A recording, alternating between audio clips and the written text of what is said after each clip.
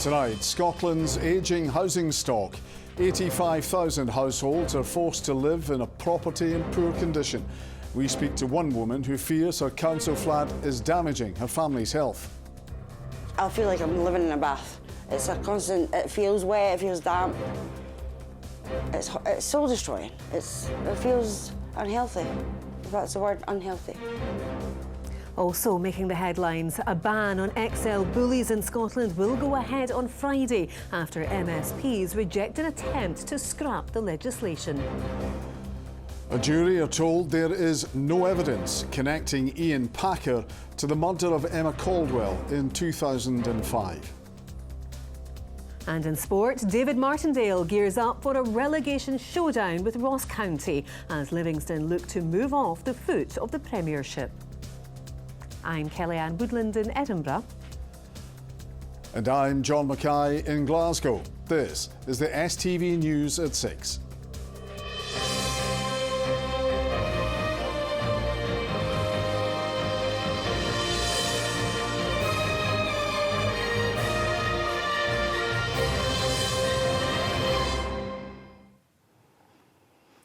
Good evening. It's like living in a bath. The words of one Edinburgh woman who's told STV News she fears her mouldy and damp council flat is impacting her family's health.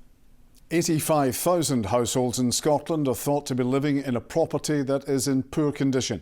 But with all local authorities and housing associations battling a housing crisis, what can be done to improve the country's existing housing stock? Vanessa Taft reports. Mould and worsening dampness. Lauren's council house, which she tries hard to make a comfortable home, is riddled with problems. I live here, this is my bedroom. I have nowhere to put anything because the cupboards are mouldy, damp. And on top of this, she fears the property isn't even stable. That's my wall, this is outside. And if you look at this as well, this is all damp. She's had 2 floods which have destroyed her daughter's bedroom. It's free. You can feel how cold it is. You can. And if it's just. And the windows are closed. I've got boards over them. It's like living in a prison. I don't think any human should live like this. It's dangerous, so the mould can only get mouldier, basically. Damp can only get damper. It's like, I feel like I'm living in a bath. It's a constant, it feels wet, it feels damp. It's soul destroying. It feels unhealthy. I just want a nice, warm, comfy house. And Lauren's not alone. Latest reports estimate around 85,000 households in Scotland are living within a property considered to be in poor condition.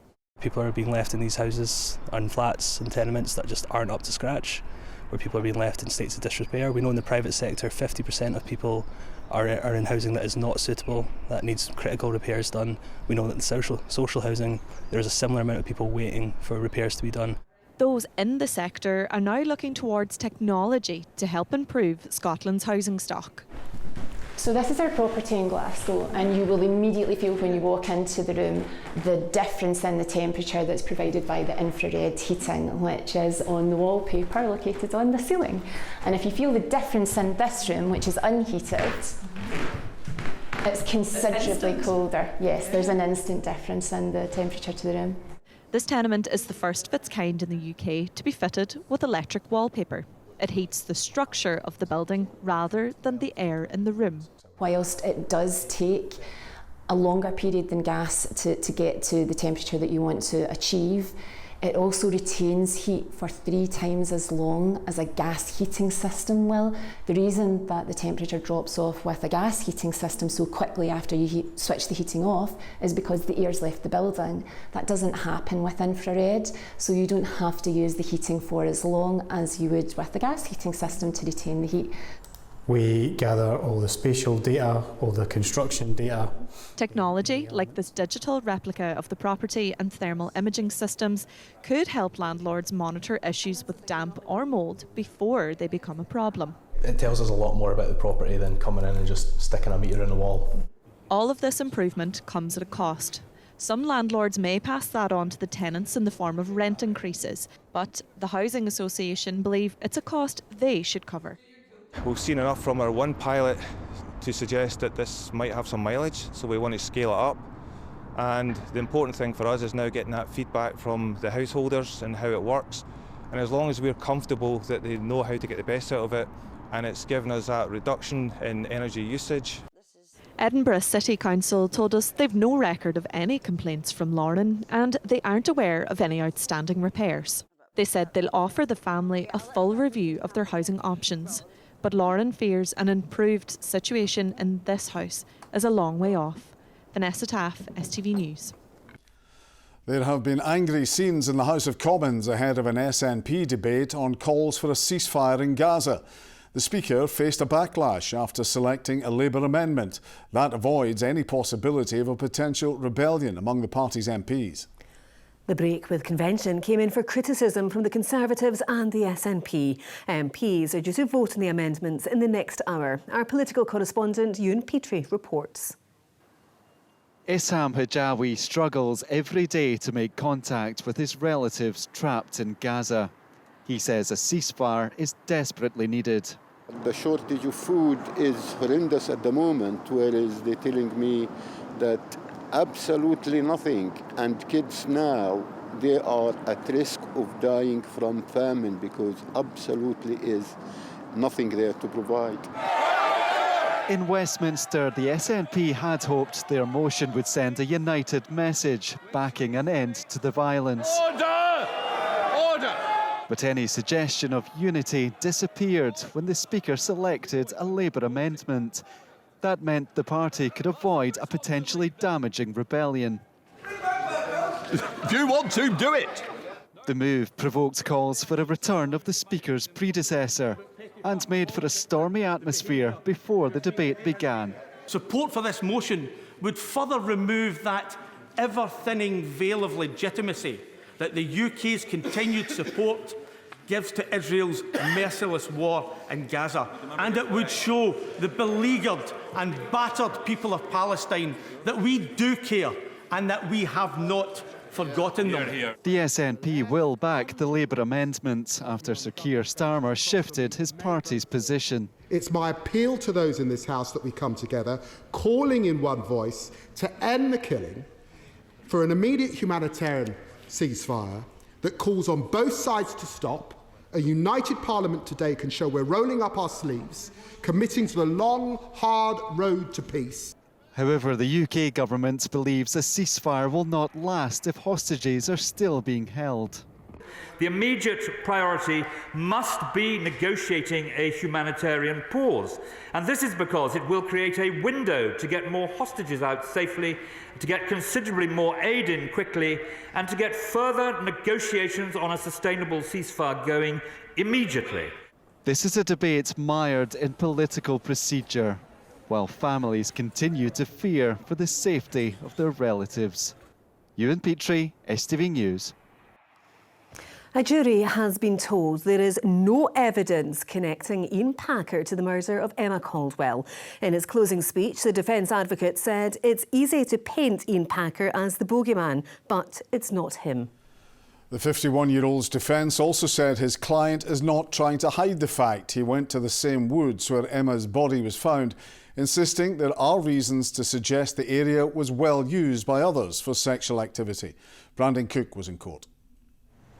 Ian Packer's defence advocate finished addressing the jury shortly before noon. In total, the 51-year-old is facing 36 charges, including multiple sex attacks and the murder of Emma Caldwell. Her body was found in woods 40 miles from Glasgow in 2005. Defending Ronnie Ranucci KC said Ian Packer is prepared to accept responsibility for his actions and is not trying to hide the fact he went to Limefield Woods with sex workers. The defence asked jurors if Ian Packer was responsible for her death, was he really going to be so stupid as to dump her body there and leave it to be found? Packer's defence said Limefield Woods had been painted as remote, but was instead well used by others for social or sexual activity. Its turning circle littered with used condoms and empty Buckfast bottles. Emma Caldwell was last seen in Glasgow's red light district known as the Drag. Packer's defence admitted he was no stranger there, driving a noticeable blue van. Mr Ranucci said there is nothing to place Ian Packer at the scene. No DNA, no bodily fluids, nothing. There is no other evidence to suggest Ian Packer was anywhere near the city centre that night. Mr Ranucci said it's easy to paint Ian Packer as the bogeyman in all of this, that he assaulted all these women all these years. He's an easy target, he said. If he had done this, how did he get away with it all of these years? I suggest, he said, that it wasn't him. The defence advocate said Emma Caldwell's phone received a call around 11:20 that evening from a man in the north of Glasgow. He suggested she was waiting for somebody that night who wasn't Ian Packer. Mr Ranucci said his client only told lies because he didn't want to be charged with something he didn't do. And he isn't the only one to lie in this case. With closing speeches now complete, Judge Lord Beckett will continue his direction to the jury tomorrow. Brandon Cook, STV News at the High Court in Glasgow. South Lanarkshire Council is freezing its council tax. In its budget for the next year, the local authority also agreed to increase care charges, the price of secondary school meals, and cut its summer activities programme, all in an attempt to tackle a black hole in its finances of more than £20 million. Plans to heavily restrict the ownership of American XL bully-type dogs in Scotland will go ahead on Friday after a group of MSPs rejected an attempt to scrap the legislation. Justice Committee member Christine Graham argued the new rules could bring unintended consequences, while animal charities fear more dogs could be abandoned. Here's our senior reporter, Gordon Cree. Kira, the American Bully XL, has been cared for at the Edinburgh Dog and Cat Home since being found tied to a lamppost in Musselburgh. She'd been brought to Scotland after the ban on dogs was announced in England. It's believed she was abandoned because the restrictions are to be applied here too. In Holyrood this morning, one MSP attempted to block the legislation. You annul it and you look at a different way to deal with the number of dogs, which we don't know what they are, that are coming up from England. You stop dogs being dumped. You stop dogs being put down. You stop good people who have got dogs, lived happily with their neighbours for years, and their neighbours saying, hey, you've got an XL bully hen, I'm not living next door to you anymore. I mean, this is the kind of thing that happens when you do stupid things with legislation. Plans to tighten up the laws on bully XLs were announced by the Prime Minister in the autumn after a series of attacks where people were injured or killed. Scotland initially intended to rely on existing legislation before deciding to adopt the same rules.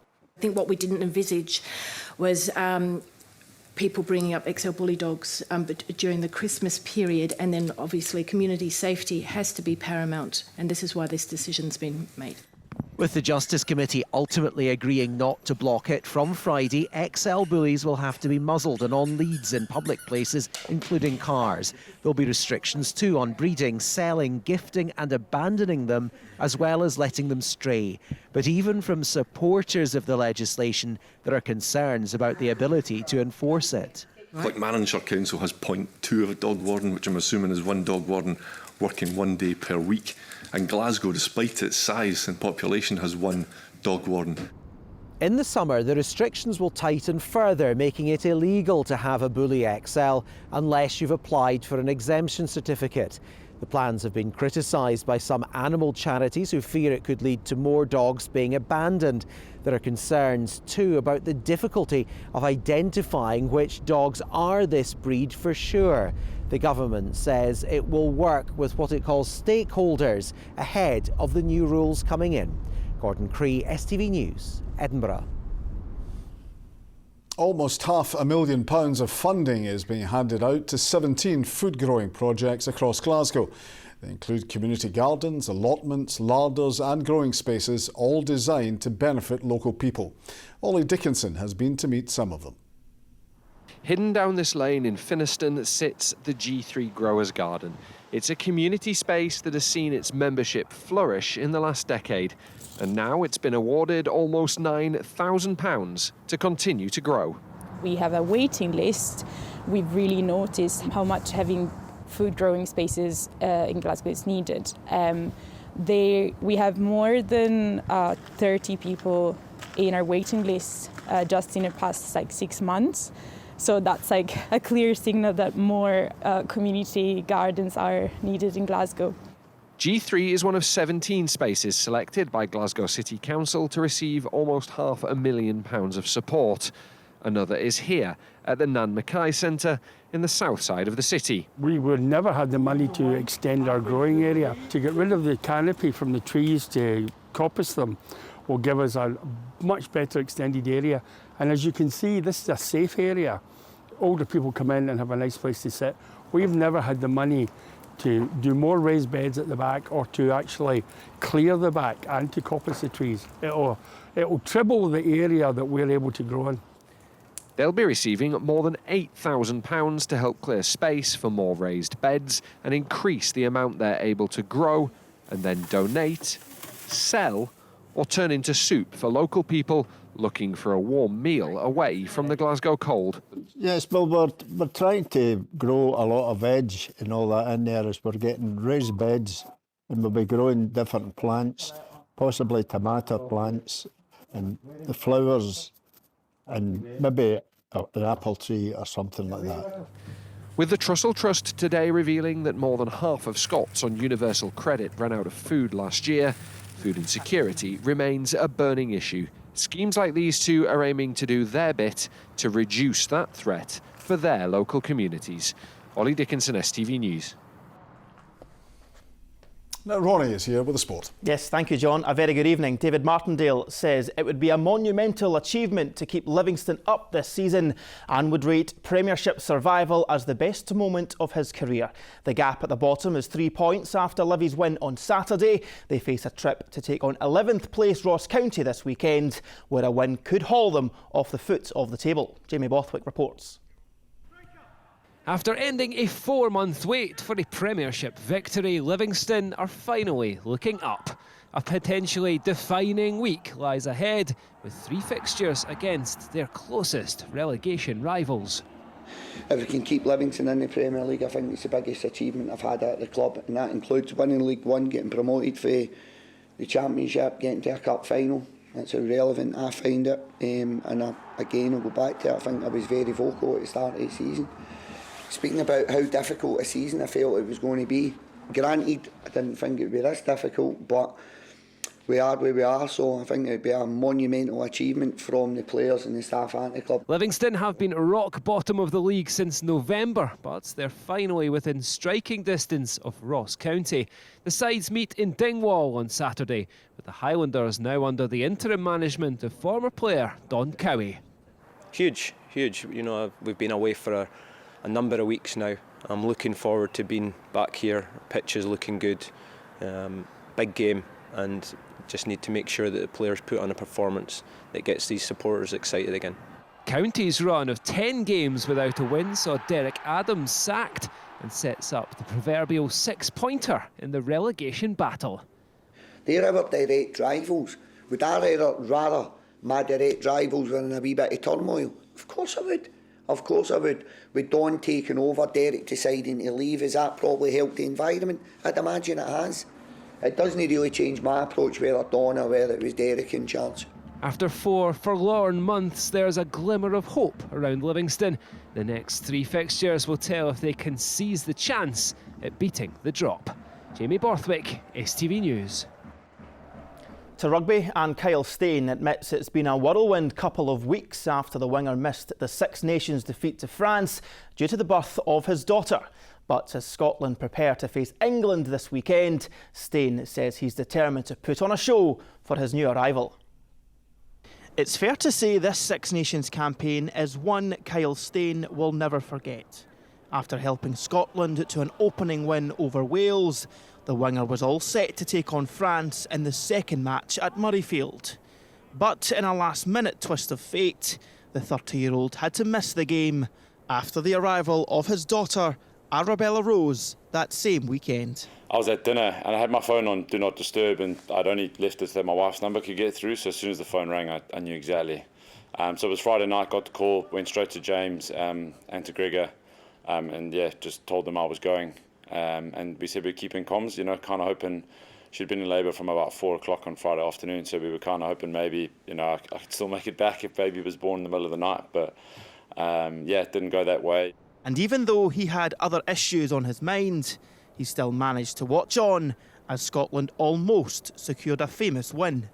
I was trying my best to watch, but to be honest, every 5 or so minutes there was yeah, my attention went elsewhere. I think I was just the same as every other Scot in the stadium, you know, screaming, that's down, that's a try. But I was more just gutted for the boys, you know, you could see on their faces, you know, I think that's what really hurt. Now back in contention in Gregor Townsend's squad, Stein is relishing the prospect of taking on England. The history of the Calcutta Cup and, you know, and English in Scotland, and I think, you know, as far as the Six Nations goes and as far as being a Scottish rugby player, you know, there's no bigger occasion than Calcutta Cup at home, and we're really excited, you know, by that opportunity, you know, especially in a year where we've only got 2 home games.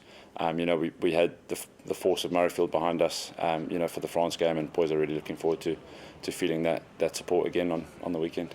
That's all your sport tonight. Join us again tomorrow, where we'll have all the details as Gregor Townsend's name his Scotland squad to face England. Ronnie, thank you. Right, it's that time. Let's get the weather now from Sean. An icy start to the day will give way to a series of oohs and ahs. TUI sponsors STV Weather. Very good evening to you. Well, today's been very similar to yesterday. A yucky start to the day, improving in the afternoon with sunny spells coming through and scattered showers. Quite a few showers out there this evening and a longer spell of rain coming in later on. And because it is a little bit chillier now, some of that rain will fall as snow over the very tops of the hills in the Highlands, Argyll and parts of Stirlingshire through tonight, about 400 metres and above. So a wet night to come for many of us, and some quite windy conditions for a time as that rain goes through. And then tomorrow it's a day of sunshine and showers. Now the showers will be very frequent, especially across northwestern parts. There is the risk of some rumbles of thunder and also some hail in some of those showers to lower levels, but over higher ground again there will be a touch wintry. Fewer showers as we head into Ayrshire and also across South Lanarkshire, the most frequent ones in the northwest.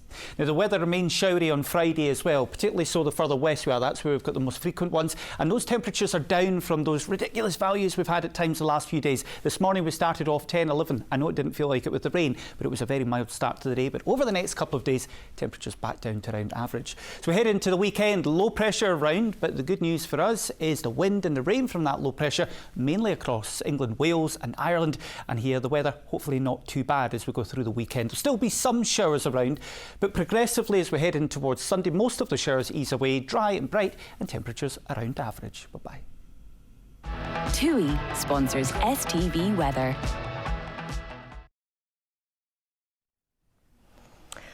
Oh, don't forget, Scotland Tonight is on at 10:40. It is Rona tonight, not you, John. I know. Thanks for highlighting it. Good night from us. Good night.